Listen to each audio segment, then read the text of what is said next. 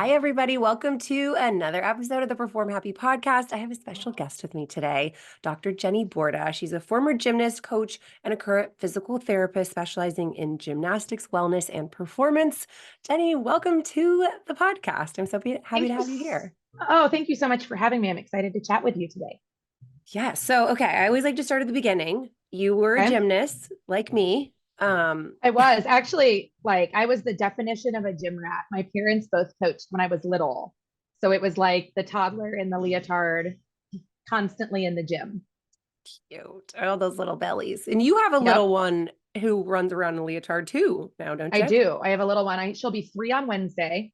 Oh my gosh. So I now get to add in that little parental component, not like a older competitive athlete, but I have, a little bit of different insight because you don't really know how parents feel until you are one. Yes. And I don't know about you, but my 3-year-old was a spicy meatball and Oh, made me she is realize how hard everything actually is on that end. Oh, she is a spicy meatball is a great, I tell people, we'll probably get into this more, but a big part of what I do is I try to help girls learn to use their voice and advocate for themselves. And so having this almost 3-year old that has a lot of opinions, I try to remember that I'm thankful that she can do that already. And you can see how that can get dulled, right? Yes. It it would be so easy to be like, no, I told you to do this. But if I say, do you want, then you say no, I can't get mad about that. That's my fault for asking the question. Yeah. Or if you don't want to share the thing, then why should I make you? It's Yes. all this interesting perspective of going, okay, Mm-hmm. this little girl does not really care what other people want right now. Um, how much do we help them to be respectful and kind, but then also not lose that, actually, this is mine, and I will let you know when I'm finished with it. Yeah, Like it's hard. that's It's something I think about every day. yep. Yep. And I am pretty sure that that goes on for the rest of our lives as parents. Yep, Those of great. you who have adult children, you can confirm. I'm pretty sure that that doesn't end. But okay, so you were a gymnast. Now, it sounds Yep, like you were my kind of girl who also struggled with the backward skills in gymnastics. very much. Yes.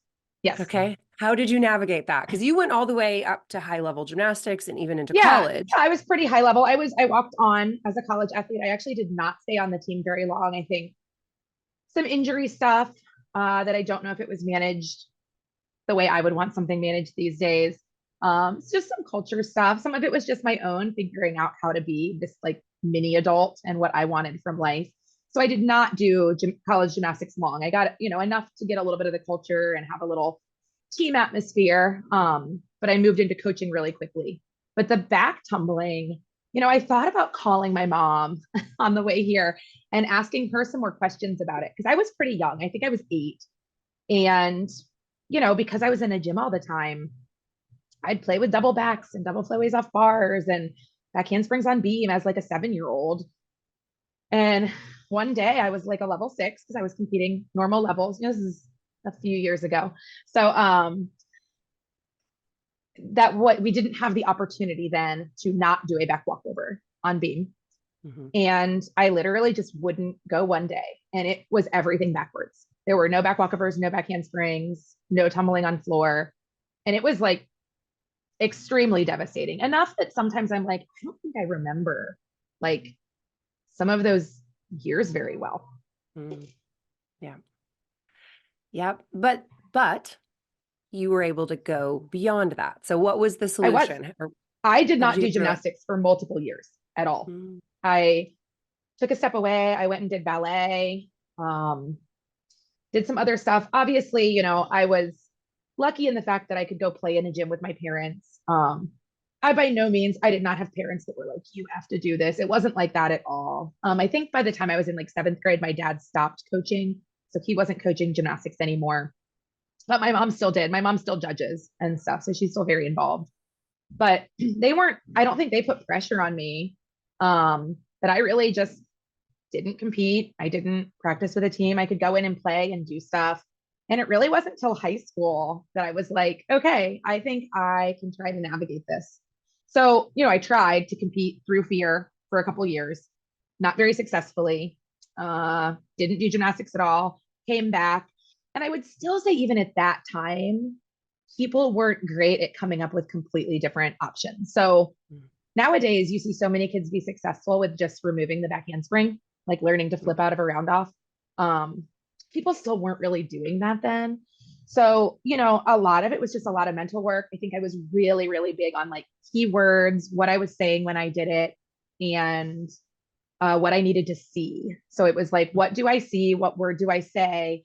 And then I always thought of that as like there's like a roadblock in my brain and I need to take a detour. So I think I was just better able. I was never able to back tumble on beam though. Like I also like these days would have been so great for me. You can go and you can compete at level 10 and go to nationals on 1 or 2 events. Yeah. That would have been prime for me because really I was good at bars. I enjoyed it the most. I was a good vaulter. Floor and beam, I did not excel. Just the fear aspect I was able to work through, but I would not say I was ever overly successful. Yeah. Yep. And that, it takes me right back to that back walkover that you do it or you don't. If you can't get through it, you can't move to the next level. You can't do a back handspring on the beam. Like, what have you got? What do you do? It They was let me just very compete beam inflexible. through high school. I just competed beam with no series. Like, we Yeah. don't care what your beam score is. And then it just took pressure off of it. That's probably part of why I could tumble on floor was just, I don't have to go do this. Like, Yeah. and I was allowed to practice and learn release moves on bars, even though I was not like stellar on every event. So it wasn't like, oh, you can't do this series on beam. You're not allowed to be a 9 or you're not allowed to be a 10. Yeah. Yep. I mean, I think it's so important to have the willingness as a coach to meet kids where they're at. That, this is what you're strong at. Let's build this. This is where we need a little extra love. Let's love it.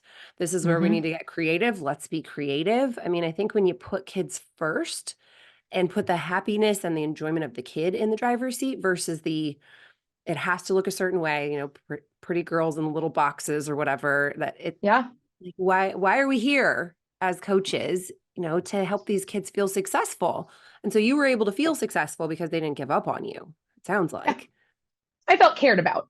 I mean, I think, that's a theme in general. I'm in this unique place where I get to see girls from all different gyms. I do some virtual sessions, kids not just from my local area. I live in Columbus, Ohio.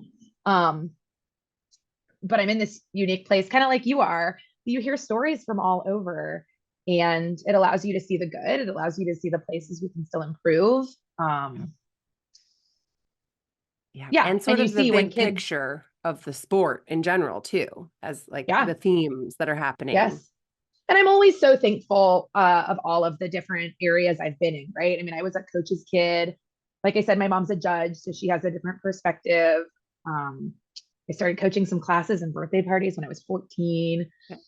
Same. I had the opportunity to do a small taste of college gymnastics. I was very lucky that very early on I got to coach fairly high levels. I coached for 12 years. So I had some good experience with that. I feel like I can still put that coach hat on. And I like to think I did a good job of like being who I want to see coaches be, even then when I was really young coaching. But I think still I continue to progress in working with athletes. It's just like, how do you talk to them? How do you figure out how to do what's best for them? And it's just interesting because you hear there's people that are really good at that. And then you also see some people who have room to grow. And unfortunately, a lot of times the people that need to grow some don't either know they do or care to. Yeah. Yeah. And I feel like the best way to do that is just to allow those cultures to go extinct by parents and kids making different choices. And I know not every town has 5 gyms. And not every town has multiple opportunities for high level athletes. But my hope is that parents and kids are going to go, you know what, this isn't feeding my soul. This person isn't evolving as an advocate for children and our sport. So let's see if there's a place where I can be more nurtured. And I'm It's so hopeful that interesting. those gyms will, not be able to pay the mortgage if everybody leaves. And then that's I going to agree make some tricky choices in the ownership. very much. Well, I think the part that I find frustrating about it is still just some people have that thought process of like, well, this is just how gymnastics is. Like, Yeah. I shouldn't go in. I shouldn't watch. I shouldn't go question the coach. They get mad. If I go bring this up, are they going to treat my kid different? Are they going to make fun of my kid? I mean, I have stories about that where kids will tell me, like, sometimes they don't like to tell their parents things because they remember, a coach at their gym, like, making fun of a kid and be like, are you going to go tell your mommy I said that? And I'm like, man, like, Yeah. I don't know. Is that where you want your kid? Like, if I That's can't tell emotional my mom, abuse. yeah, if Yeah. I can't tell my mom you said it, should you be saying it? Yeah. I don't know. Yeah. Like, if you wouldn't be proud of whatever you're doing at practice being shown publicly, then it's something that shouldn't be done at practice. Yep. Yep. Absolutely. I mean, I can't agree more about that. So, okay, let's chat injury because this is Injury. this is something that you are, obviously passionate about. So I talk with kids and I always ask them, okay, hey, we're riding high, we're feeling confident. What are some obstacles that might come up? And they're like, oh, I don't want to talk about obstacles. Don't jinx it. I'm like, no. Talk about what could slow down your path. We set a goal. Here you are, point A. Here's point B. Here's where you want to go. What could get in your way? And almost always one of those obstacles they bring up is injury. And so for each of those obstacles, I like to help them come up with how do we prevent it? How do we work Mm-hmm. through it? How do we bounce back from it? So I would love to get your tips on just so the kids and their parents don't have to fear the injury process, but so you can Yeah. sort of smooth the path of, this gymnastics world that unfortunately involves injury. Yeah. As does every sport, right? Like, Yeah. anytime you're going to be an athlete and you're going to put your body through a lot, injuries are a piece of it. I think it's very rare to get through a high level, or not even a high level, but many years of sport with nothing ever hurting. Yeah. So what were your steps? You said prevent. Prevent, work through, and bounce back from. Got it. So prevent, that's really, I do a ton of preventative work now. And that's something that I've been passionate about for a long time. I worked for Children's Hospital System in their sports medicine department for 12 years before going out on my own. And so everything there was very reactionary. You're hurt, the doctor sends you to therapy, you come to therapy, I help you. And I started to just feel like, man, there's so many things I see over and over in these gymnasts that I wish we could just make better before they're hurt. Mm. And so over time, I became a little bit more passionate about that. I, on my own, when I stopped coaching gymnastics, was competing in CrossFit and Olympic weightlifting, and really learned so much more about having to take care of my body. Because then, as an adult athlete who was really lifting a lot of weights for the first time ever, I had plenty of old aches and pains come up. And so, I really sought out, like, a lot of different experts. And I think through learning how to take care of my own body better, I realized there was such a better way. Mm. And so going out on my own, a big piece of what I wanted to do was, yes, I still help girls with injuries or athletes, because I don't only have gymnasts and I don't only have girls, but a lot of female gymnasts come here. So most people got to me through something hurting, but then they never really, like, leave, which I like because I have these, sustained relationships I didn't really get to have in a clinic. But most of them feel great. Like, they come in and I'm like, hey, how's everything feel? And they're like, I feel good. And I'm like, wow, this is like exactly what I want. Is if something doesn't feel good, we catch it early. We're able to get exercises for it. I'm able to help you work around it in the gym. Uh, and that's just such a better way than, wow, this has hurt for 8 months. I didn't know who to talk to about it. I didn't want to go to a doctor and tell me to rest. It's not bad enough to really stop. Mm. That's just a really unhealthy cycle. So, you know, how do we prevent it? Prevent by figuring out what on your individual body is lacking and work on improving that. Everybody has different weaknesses, right? Some of us have a lot of mobility, some of us don't have great core stability, some of us don't have good flexibility, just all of these different things. And so, how can I prevent it? One, I would say almost everyone should know on their own body what they're lacking. A second place of how to prevent it is gymnastics conditioning doesn't do a great job of working all the muscle groups. We're usually very overtrained in certain spots. And so I have a prehab program that's just a stock program anyone can do. And that's based on, like, this is where I see kids that are hurt. A lot of them have weakness. So this is something that really we should just be adding into practice, or you can be adding in on your own if it's not getting added in at practice to help prevent that. So that's the prevention piece. There's just a lot of things we can be doing better to get our bodies better able to handle the stress of gymnastics. That makes me think about, I think it was something you posted a while back that was something like, 13 kids are doing this prehab program and all 13 made it through season without getting injured. And I was like, Yeah. floored. Like, oh my It was gosh. that was last season. I had 23 Yeah, kids that were coming there for we go. preventative services. Yep. And that was through meet season. I counted December through, level 10 nationals. And that included a couple college athletes.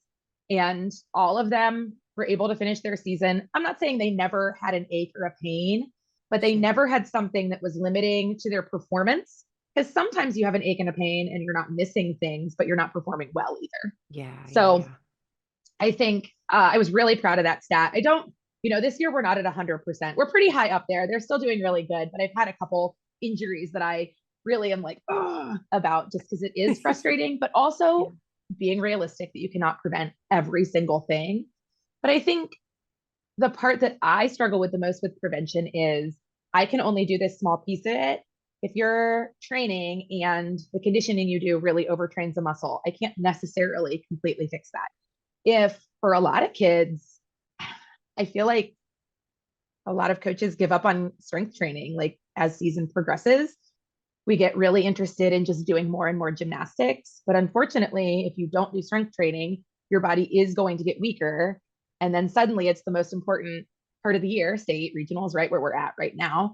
And are your legs strong enough to do good landings? Like, are you able to really maintain the hard landings and the numbers you're putting in with the gymnastics? Because I would say it's almost the opposite. We might need to like make sure our body's extra strong and resilient as we head into postseason.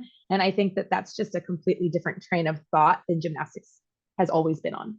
Oh my gosh. I know I didn't touch a weight. And I think it was the most innovative thing was like a PVC pipe full of sand that we did like some Yeah. bars And some like like roll drills ups. with. Exactly. And that was Yeah. it. I mean, there were no kettlebells. There was, no resistance bands, no nothing. When I was a kid, it was like you just pull-ups, pull-ups and V-ups, and then you're Yeah. good. Listen. When I started doing CrossFit, I'm like, okay, I want to compete in CrossFit. So I'm competing. I'm like 30. I start doing all this weightlifting and I get way stronger than I had ever been. I would go back into one of the gyms I had coached at previously, maybe like 2, 3 times a year. I could do every single bar still. In my Wow. 30s, not training. That was like my wake up moment of like, oh yeah, they should all be lifting weights. Like there's I have zero question that that would have made me and every girl I ever coached better. I mean, when I coached, we didn't do weightlifting at all. Mm. And that was like such a wake up call to me. So now I run a teen girl weightlifting class Love it. uh, to help teach them about that stuff. And I get a lot of gymnasts, especially in the summer. And it's so fun to watch them get excited about, look, I could lift this, I could do this. I think it's just really getting excited about liking your strength in a different way. Okay, now I'm going to bring up the elephant in the room around strength training and gymnastics. Yeah. The myth of impacting flexibility. So if Yeah. you get So stronger, if your muscles get stronger, do you lose flexibility? Are there pros and cons to this type of approach? yeah. So we could go down a really deep flexibility rabbit hole on the more I have worked with people, the more I think flexibility is actually just your brain's ability to let your muscle relax. Mm. So there's a neurological component to flexibility. And if a muscle does not feel strong or your brain does not feel like your body is safe going through a specific range of motion, it's not going to allow that muscle to do that. So, you can think about all those kids that are really tight. I was kind of a tight kid, to be fair. Like, is getting pushed down in splits and doing a ton of over splits, does it really make that kid more flexible? Typically, I would say not really. And so we took this muscle that was tight, that wouldn't allow the stretch to happen, and we made it hurt and we really forced it. Is that going to let it feel safer to relax more? And the answer is usually no. So I would say I can understand why people are worried about weightlifting and making gymnasts less flexible. But I would say that absolutely untrue unless they are literally only training one weightlifting movement pattern over and over and over, which they shouldn't be doing that either. So you want someone who's knowledgeable about weightlifting. You want someone who's knowledgeable about the body. Typically, you would want someone who's also knowledgeable about gymnastics, because then they can merge all of those things to put a program together that's best for you as a gymnast. So I would say emphatically, no, lifting weights does not make you less flexible. Okay, boom, mic drop. Okay, so now let's go to those aches and pains. Those, I always have my Tuesday night group in Perform Happy, and at the end there'll be like one or two lingering kids that wait to ask a question till the very end, and they're like, "So my ankle hurts, and I don't want to tell anybody, and I don't want to have to rest, and I have a meet," and I'm like, okay, you have to tell somebody. You have to talk about it. You've got to get more information, at least about what's going on. So what, tell us about how kids should be managing those and when to speak up and what the parents can do. I mean, there's so much around managing. Is it an injury? Is it not? I think that's Yeah. like the thing that messes up more seasons than anything is like not telling anybody about it. Yes. Yes. One, something hurts, tell someone. That's just a blanket. There's no question about that. Pain is simply your body's like alarm clock. Something is wrong. Pay attention to me. Doesn't mean a ton of damage, doesn't mean you're super injured, but it does mean something is happening. You need to pay attention to me. Mhm. And so to ignore that, you're just asking for something worse to happen, whether it's to that body part or something else. So important to always speak up about it. I would say important then to try to figure it out. Like, is it something that I've been injured in the past? Have I been doing my exercises for it? Because maybe I need to do that again. Did I have a fall and I didn't really think anything was wrong, but maybe something was wrong? Um, am I moving a certain way? I get kids all the time that are like, I just can't figure this out. And we like break down some of their videos. And I'm like, are you supposed to be arching in this part of a kip cast? Or let's look at your back handspring on beam. Tell me what part of your body's moving the most. And they're like, my low back. And I'm like, yeah, like that's a technical issue. We can do all of the physical therapy exercises and get you as stable as possible. But if you don't change the technique of how you're doing something, you're still going to have pain. So something hurts, tell someone. Then I would say that's where having someone you trust that understands the sport to be able to talk to, hey, let's check this out. Is something tight? You use the ankle example. I get girls that come in with ankles, especially meet season, and their ankle, just their joint is not moving. And so if your ankle joint isn't moving, it's going to hurt to land things because your joint has to be able to move. So the answer to that is, where are we at in season? What do we have coming up? Can we get the ankle joint moving? Do we need to rest it from landings a little bit? Which I'll be honest, that does not make coaches happy sometimes. It doesn't make gymnasts happy either. They don't want to stop doing stuff. But if a couple scenarios I had earlier this year were some ankles that were really tight. Like if I don't have this amount of motion, I cannot land a skill. So I'm like, I just think you need to take a couple weeks off landings, but we have a meet in 2 weeks. Okay, let's risk versus reward. That's how I judge getting into competitions, whatever time of season. Okay, so is the risk of making your ankle hurt more and having it hurt all the way into March worth the reward of doing all around at an invitational in January? I can't answer that question. I can help you come up with an answer, but it's not for me to say what's most important. And so I think that's an important way to look at it. Just the whole like risk reward continuum of what are my end goals in gymnastics? What are my goals for this season? Is it worth hurting worse to maybe get this goal? And sometimes the answer is yes, but I would say a lot of times the answer is no. Yeah. Yeah. Like I've heard Coach Briley, one of our coaches, she was competed for University of Michigan, and she's like, do I regret competing injured at NCAA nationals? No, I don't. She's like, Mm-hmm. I don't regret it. And I would probably do it again, but yeah, that January invitational. And also you want to have more information. So at least you're having an educated conversation with this athlete where you're able to, from a place of education, go, here are the risks that I see. Let's talk about your rewards. And then you, the athlete, get the choice. That's Yep. so important. A kid recently, obviously we had state meet coming up, um, hurts her foot. Coaches are like, I think, it's just bruised. Like, let's try to do everything. goes and sees, I will say there are amazing coaches around that recommend kids to me. And I'm so thankful to work with some really awesome coaches.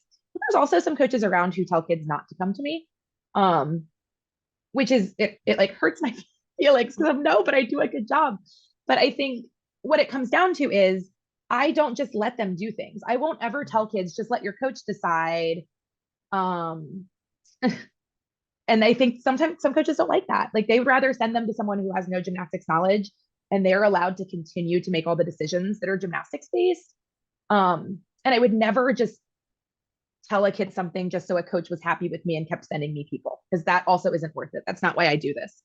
And so, a hurt foot, I'm like, okay, can you do this? She couldn't stomp. She couldn't go up on toe.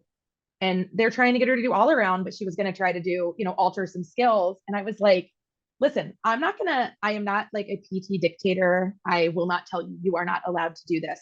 But I just want you to think about this. If you can't even go up on your tiptoe, do you think you can run on a vault? Or do you think you can do this on beam? And like, you can see the kid kind of like, no. And I'm like, you have to be able to say that. Right. And she was already nervous about being with me because she thought her coach was going to get mad. And I was just like, I can be the bad guy and write a note that says she's not allowed, but I don't like to practice that way because I do think you aren't old, but you should have some ability to say, no, this is really important to me. I want to try. But when it comes down to it, if you're, you know, 11, 12, 13, and your ultimate goal is college gymnastics, is whatever happens this season the most important thing to your career? Probably not. Yeah. Yeah. Fun fact on the USAG Safe Sport, red flags. One of them is of abuse is a coach requiring you to compete or train on an injury. So if that's happening, that's abuse, physical abuse, just so that's out there. The coaches Yeah. who are not educated in that department actually cannot be making those decisions for you. I think that, oh man, I think there's just there is that thought process. If you do gymnastics, things are going to hurt. You're right. Mm. Things are going to hurt, but that doesn't mean everything should hurt, or it doesn't mean we're just expecting that, or it doesn't mean we should ignore it.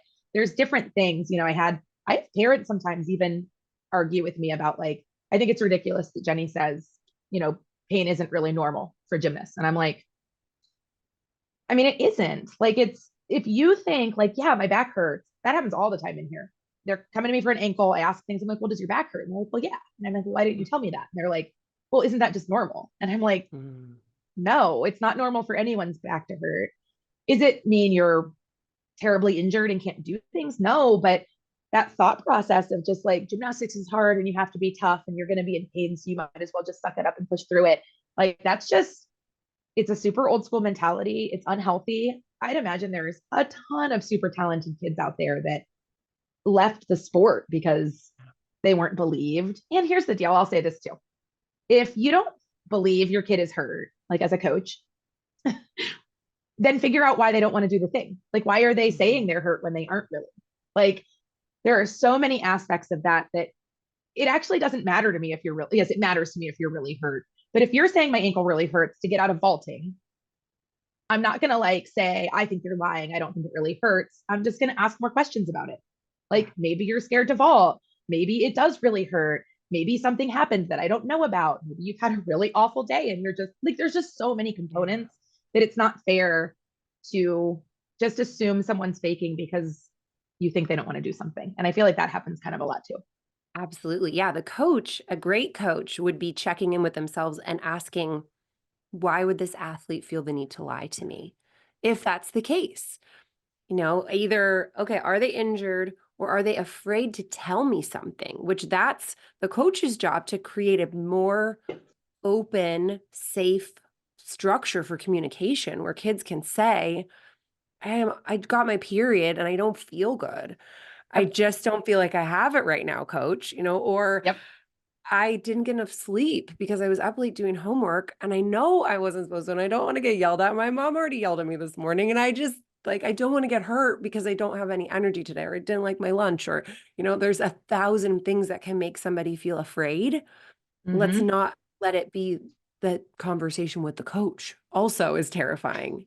you know? which it's terrifying for a lot of kids. It's terrifying for parents. I mean, I'll have parents tell me that I've had parents, years ago, even just, hey, can you help me write this email? I don't really know. I'm like, you're just telling them that your kid's hurt and you're not going to go to practice, or you know what I mean? Whatever it is. And they're like, oh, well, I don't want them to get mad and take it out on my kid. And Mm. I'm like, if you feel that way, if you don't want to bring up an actual valid complaint that you're worried about your kid's wellness because you don't want the coach to treat your kid different, is that where you want your kid to be? Mhm. And that's another red flag on the emotional abuse list, Yeah. that parents fear retaliation for communication. Oh, and that happens all the time. Listen, I understand you do not want a parent calling you every single day. I am not saying that there are not over communicators occasionally or parents who are problem parents. There are problem parents out there, right? But you are not a problem parent for asking a question about where your kid is at some point in the season, or wanting to have a conversation about, asking if a coach asks your kid to do something when they're hurt and you don't address that, that's extra bad. Your kid doesn't think you have their back.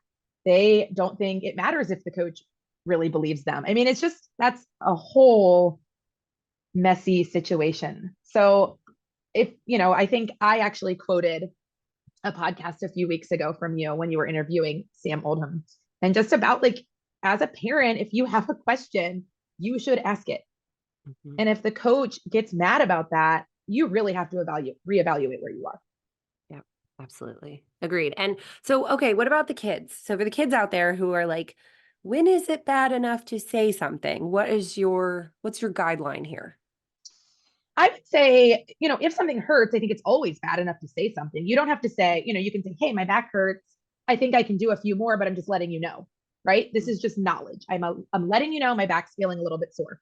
If coaches don't know that something hurts, they don't know to modify things. What if the whole team has back pain, but no one has said a word, and the coaches need to be doing something different technically or changing conditioning? You can't really fault a coach if they don't know. Yeah. So you should always be saying, it doesn't mean just because you're saying something hurts doesn't mean you're asking for a different assignment. You're trying to get out of something. You're simply providing information. My back hurts a little bit today. I just wanted you to know. And then the coach could be like, great. Do you think you can do any more? Or do you need to be done? And then you can decide that as an athlete, but they shouldn't be like calculating what's my answer supposed to be. Like, if you need to be done, you can be done. Like Mhm. without being mad. Like, it just, okay, like I don't want your back to hurt more. Maybe we should watch it the next couple practices. So the second something doesn't feel good, I think you should say something. I Mhm. don't think that means you have to run to a doctor, or, I think if you have a relationship with someone like me, that's always great to bring it up. I get text messages or little emails from kids or parents like, hey, this happened. What do you think? And sometimes I'm just like, hey, try these things. I don't think it seems like a big deal. So that's always helpful to have another person to ask some of those questions too.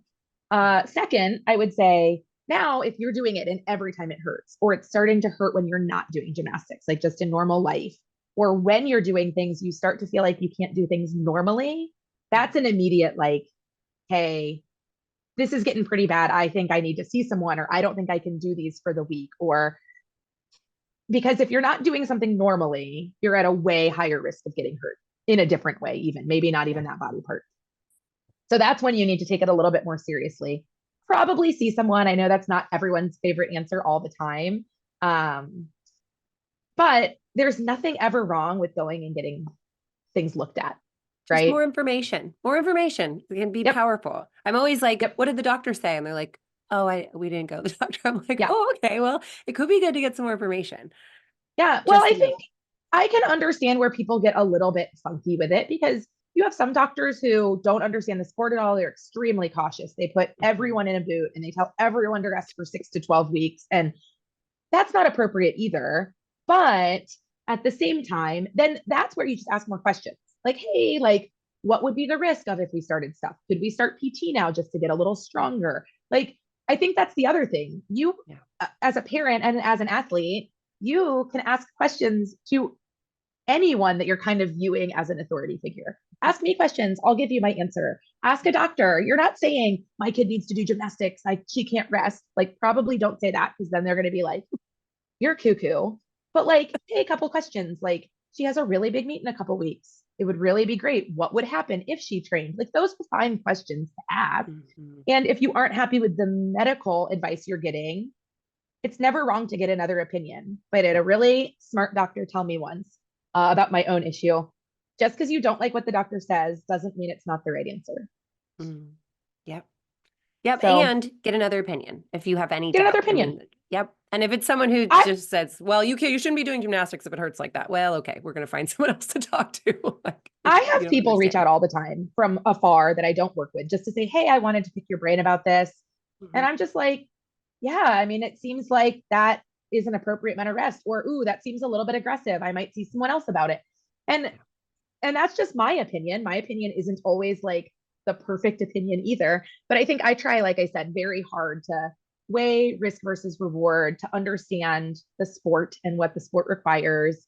Um, and sometimes you just, if you go to a doctor that doesn't understand the sport at all, or maybe the doctor you go to has had a really bad experience with gymnasts not Mhm. listening and then they come back worse and they're just always hurt. Like I would say there are doctors who are very turned off with gymnastics, partly because things aren't managed appropriately. So then they feel like if I don't shut this person down, it's going to be so terribly mismanaged. This kid's going to be super hurt. So then they go ultra conservative because they don't feel like there's any real trust outside of what they can control. And so that's hard.